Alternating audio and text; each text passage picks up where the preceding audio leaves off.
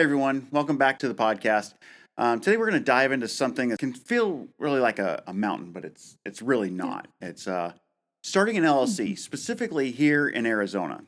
Today I have Lidia with me. She's our office manager for one of our companies, and she has actually started an LLC in the past. She gets to watch us work in our company on a day-to-day basis and watch me rip my hair out from time to time. But before we get started, I'd like to encourage everybody to grab paper, grab a pen, take down some notes. That way you don't really miss anything. Of course, if you're watching this on video, you can always just run it back. But take notes. We're going to cover a few things. This is just a short video, but it's going to have some pretty good little nuggets into it.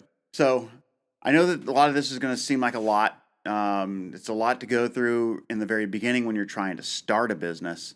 But it really can be broken down into some pretty simple steps, I think. First thing, when I started my business, I really had no idea, what I was really getting into. I had the fundamentals of what business it took to start a business, where I need to go and what to set up and stuff, but I didn't know the full ins and outs of it. And as I moved along, I made a lot of errors along the way. As most people do, especially when you start your own business, it's a lot. There's a lot of trial and error. Yeah. So what I want to do is I want to cover the basics. So, the things that you need to have in order to start your LLC. So the first thing let's talk about is what an LLC actually is. So an LLC is actually a limited liability company. And what that does is it actually protects you, in case something goes to come up, like, a lawsuit was to come out, somebody was to fall on your property. If you owned a property, like you had started a business with doing, what was it, residential? So we started an assisted living home, and with the LLC, it protects you if somebody falls in your home, if something happens in the home. With the LLC, you have that protection because you need specific insurance. So if somebody does want to sue you, they can only sue the business and they can't sue you personally. Right. So that's why LLCs are probably one of the most popular forms of setting up a company. Of course, we've talked about it in other podcasts. There's a sole proprietorship. There's actually setting up a corporation. You got a C Corp or an S Corp, depending on what you want. Always want to talk to probably a business attorney or a tax attorney to help you formulate that, I would imagine. Well, yeah, because I know when we started off, we started as an LLC, and then I learned that when you file taxes, that's when you can file as an S Corp and stuff like that. Because when we first started, I didn't know the difference from like LLC to S Corp or anything like that, because I thought that you could register as an S Corp from the very beginning. Again, that's why it's really good to, if you're going to do this, you want to start your business, get with the tax attorney to get all that set up from the very beginning. So for those that are listening outside of Arizona, I know that we said specifically for Arizona, but this is also something that, transcends really across state lines. The fundamentals are always there. Each state has a little different nuance to it, but for the most part, the fundamentals still apply. So now that we've covered what an LLC is and why you might want to choose that, the first thing you need to do is you got to choose a name. I know I talked about that in another podcast about choosing a name, but you got to start with a name that for your LLC that makes you unique. If you do a specific task, I think that your business should kind of fit that name and that task that you do. Yeah, your name should make sense to what your business is. And I know one thing that a lot of people don't think about is searching the name that you want on every platform and making sure that that domain name is available, because you might choose your name for your LLC and your business, but then when you go to make an email address, a website, all of those names are taken, and then you started an LLC, which they're not expensive to start, but it's just you're going to have to go back and then figure out a new name and everything. The worst thing that can happen is you're 5 years into it and somebody comes back and says, "Hey, that's my name." I watched that happen once. So let me give you a little example of choosing a name. So it was probably about 10 o'clock at night. My wife was on the couch. She's asleep, knocked completely out. And I am just racking my brain around what I wanted to name the company. And I had a whole huge, passionate vision for what my company was going to be. And it was going to be everything. It was my business, everything. So I ended up naming my company Foundation Up Home Services because that's what I was going to do. I was going to do home services from the foundation up. And in my mind, it made great sense. And when I woke my wife up at 10:30 at night to tell her I figured it out, she's like, "Why is that name so long? And what does it mean?" I was like, "No, you're focused on the wrong part, and go back to sleep." So fast forward, just even 6 months, I got more phone calls for foundation requests. Yeah. And it's not what we do. We're a home inspection company. Pick a name that works. So I don't do foundation inspections as just a sole inspection. It's a home inspection is what we do from the foundation up. But that didn't transcend to the audience. Yeah. So you want to make sure you choose a name that fits. Next thing you want to do is you want to, when you're setting up your LLC, you want to appoint a statutory agent. So a statutory agent is actually somebody that's going to receive all correspondence for anything that might be, a legal document or something like that. It's something that would be sent to your corporation. For us, we set up an attorney. He's our statutory. So if we get anything from a client or anything like that, he will actually receive it, and then he lets us know what it was and what the action should be. Did you guys do that? Yes, we did. I can't remember who we chose as ours, but can you be the statutory agent for your own company, or do you need somebody else? Absolutely, you can 'cause I absolutely be the forget. one. Yeah. So you can when you set up your when you set up the LLC or your articles, it's going to ask you who the statutory agent is, and you can list yourself with your address, or you can set up the address of the person you want to be the statutory. They don't have to be affiliated with your company at all. It doesn't have to be a lawyer. It can be really anybody that you want. Next thing is you want to file your articles of organization. So this is a big one. Filing the articles of organization with the Arizona Corporation Commission can be done online. It does cost a fee. Everybody wants to get paid. Everybody's in business. But that is probably the most important. That's what's actually going to make you a business. The Arizona Corporation Commission, when you submit with them, you're going to submit the name that you've chosen, and they're going to run it across the database and see if anybody else has it in Arizona. It doesn't go nationwide. If you want to check nationwide, you can always Google it. There's a lot of resources on Google for that. I am a big fan of ChatGPT right now, and if you type it in, it will absolutely tell you. So you can always use that one. How did you choose your name? Honestly, it was very easy because the community that we lived in was called Vanderbilt Farms. So we chose that name, and we did Vanderbilt Farms Assisted Living. So it was pretty easy to. And assisted living was in the name. How about that instead of Vanderbilt Foundation? Yeah. Getting phone calls for foundation inspections. You want to make sure that you also create some sort of an operating agreement. Now, this isn't necessary. It isn't mandatory. But an operating agreement is kind of like the rules of the game for your company. It tells you who is in charge. It tells you how you're going to pay bonuses. It's going to tell you how you're going to do your pay structure. It lays out the roles for the company. Again, it's not absolutely necessary, especially if you're going to be like a sole proprietor. If you're going to be a solopreneur, you can kind of forgo that step. But it's still a good idea. So when you set up your company, you always want to set it up. What do you envision that company looking like in 10 years? And set it up from the very beginning, and that means. Yeah, I was just going to say that if you're creating a business that you want it to grow, I think the first step should be figuring out how you're going to structure your business and everything. So then that way you're not playing catch up, like a year, 2 years down the line when you have employees, you have all of this, and you have no idea like how to structure anything. So if you have that in place, one, you know how you're going to do it, but then also it kind of brings life to your vision, so. Right. Once you've completed the operating agreement, or maybe not, the next step that you want to do is you want to get your EIN from the IRS.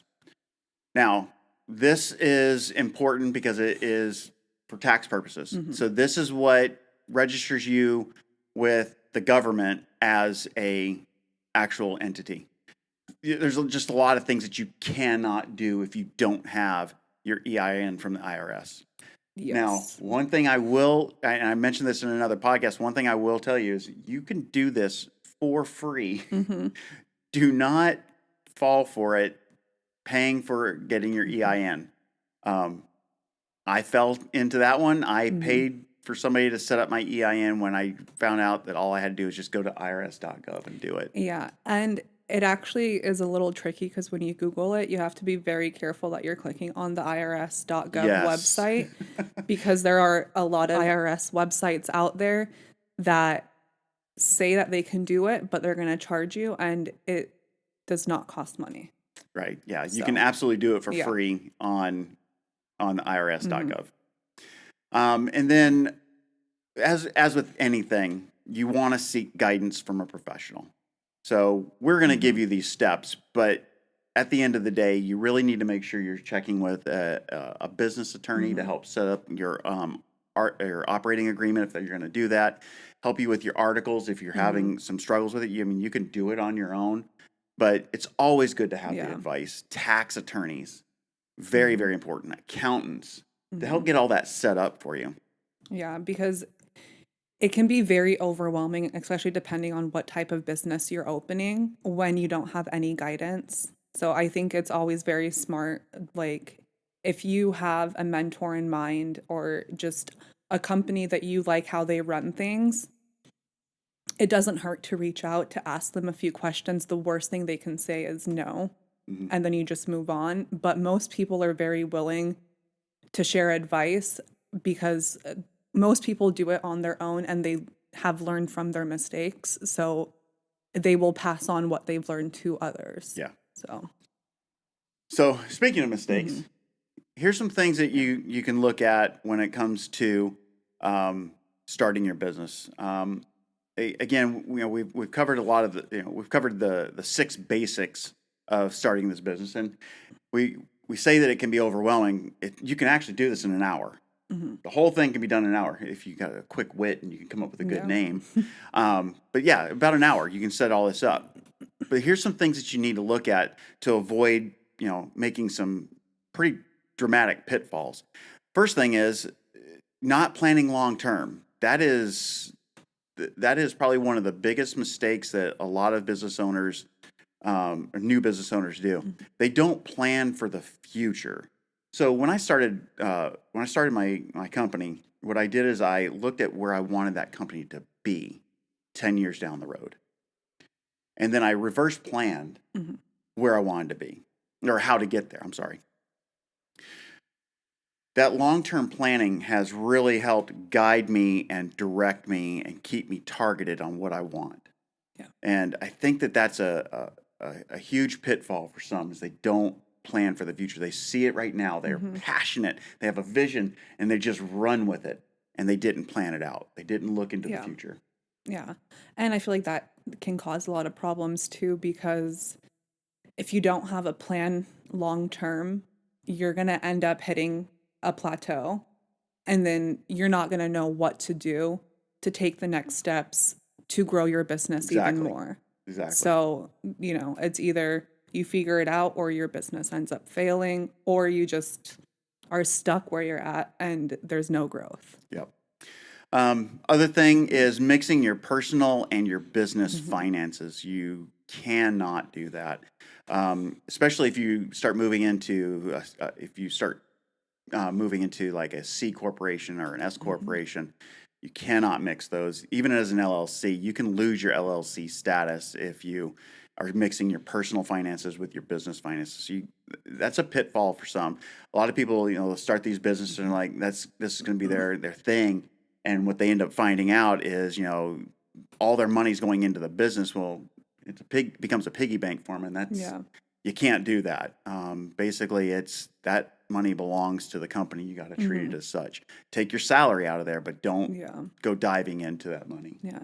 And also, when you file taxes, it makes things a lot more difficult when you have expenses from both your personal and your business, and everything is commingled. Yeah. It makes it a lot more difficult to file taxes. And then you also won't be able to Absolutely. write off what you should be able to write off because, it's just, it just causes a lot of problems.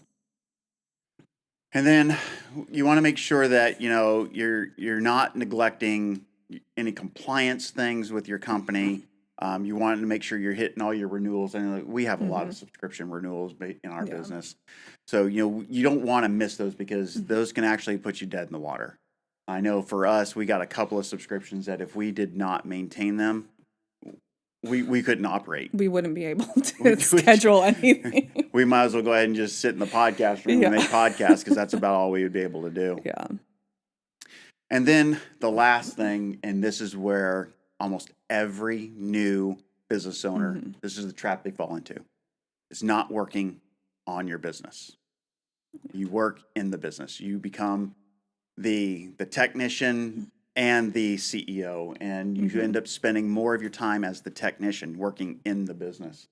And if you're not working on the business, your business cannot move forward. It's not, and I don't say that, lightly. It's you truly can't move forward if you don't work on it. Yeah. No, because I think a lot of times when people start a business, I think they worry about delegating because obviously you trust yourself more than anybody else, So like, that you can do it yourself, but do you trust somebody else to do these other tasks for you to focus on actually like working on your business and how your business is going to grow?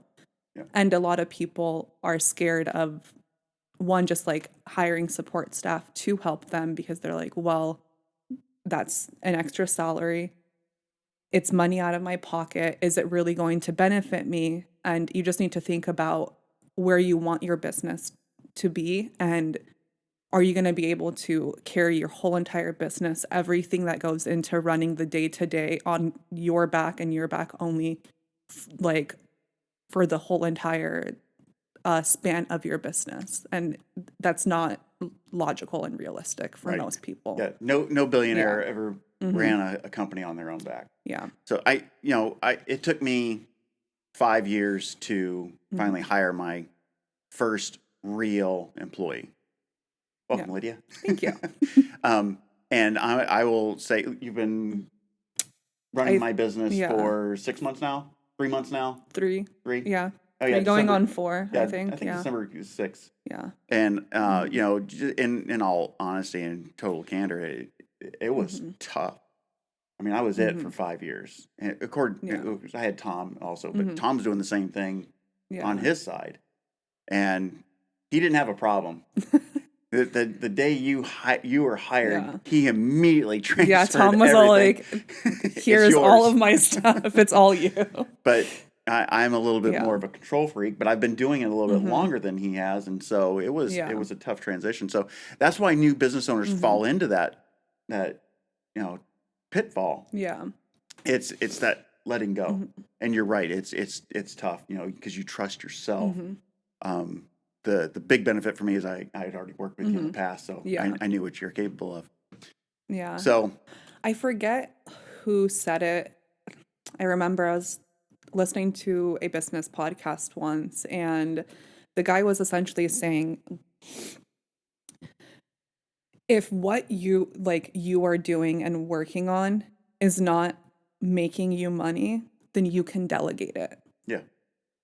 And I think that's a smart thing to have in the back of your mind, because as the business owner, you need to think big picture. And is it really worth that extra 1 or 2 hours that you're going to be taken away from actually running your business to work on something that you can delegate to somebody else?